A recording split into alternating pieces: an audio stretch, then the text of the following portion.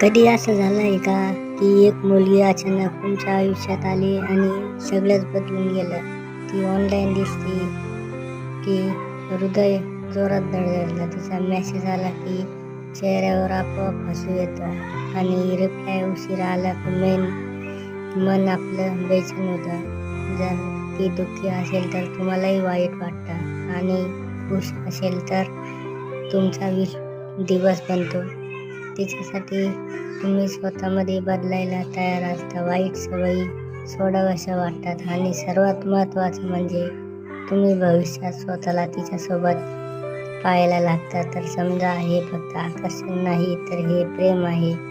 पण लक्षात ठेवा मित्रांनो, प्रेम म्हणजे फक्त भावना नाही, ती जबाबदारी पण असते. हा व्हिडिओ तुम्हाला आवडला असेल तर लाईक, सबस्क्राईब करा. धन्यवाद.